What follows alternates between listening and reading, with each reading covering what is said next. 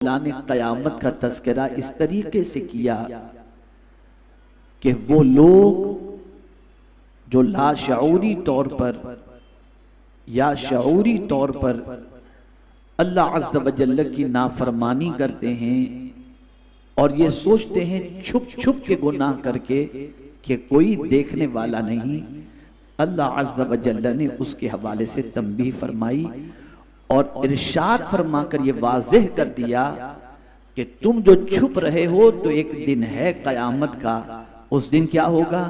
तो अल्लाह फरमाता है यौमइज़िन तुअरदून ला तख़फ़ा मिनकुम ख़ाफ़िया, वो दिन जब तुम पेश किए जाओगे तुम्हारा कोई राज पोशीदा न रहेगा, कोई तुम्हारी सिक्रेसी वहां सिक्रेसी रहेगी ही नहीं। कुरान का ला तख़फ़ा, छुप छुप के तुम्हारे जितने राज, तुम्हारे जितने पाप जो भी तुमने किए, यहां तक कि तुम्हारे दिल में जो कुछ भी छुपा हुआ था और जबान पर कोई चीज थी, हर चीज छुपी हुई कल क़यामत के दिन जाहिर हो जाएगी। यह है क़यामत, कोई चीज छुपी हुई नहीं रहेगी, सब बंदे के सामने आ जाएगा और कोई राज क़यामत के दिन पोशीदा नहीं होगा। और उसके बाद अल्लाह अज़्ज़ व जल्ल ने खुश नसीबों का जिक्र फरमाया। सुभान अल्लाह फरमाता है फ़अम्मा मन ऊतिय किताबहु बियमीनी फ़यक़ूलु हाउमुक़रऊ किताबिया, बस जिसको दे दिया गया, क़यामत में अमलनामा दिया जाएगा, हर एक को दिया जाएगा, हर एक को उसका अमाल नामा दिया जाएगा। अल्लाह फरमाता है बस जिसको दे दिया गया उसका नामे अमल दाएं हाथ में, दाएं हाथ में। जैसे ही उसके दाएं हाथ में अमाल नामा दिया गया कि फौरन वो खुशी से मचल जाएगा और कहेगा बस अपनी नजात हो गई। तो क़यामत में खुश वो बंदा होगा जिसके दाएं हाथ में नामे आमाल दिया जाए। और इसीलिए रसूल आज़म सल्लल्लाहु अलैहि वसल्लम ने हर अच्छे काम के लिए दाईं तरफ ही के बारे में इरशाद फरमाया, ताकि ये दाएं की और राइट साइड की ऐसी आदत बन जाए कि जब क़यामत में आमाल नामा में दिया जाए तो पहले हमारा दायां हाथ ही आगे बढ़े। अल यमीनु सुन्ना, दायां अल्लाह के रसूल सल्लल्लाहु अलैहि वसल्लम की सुन्नत मुबारक है।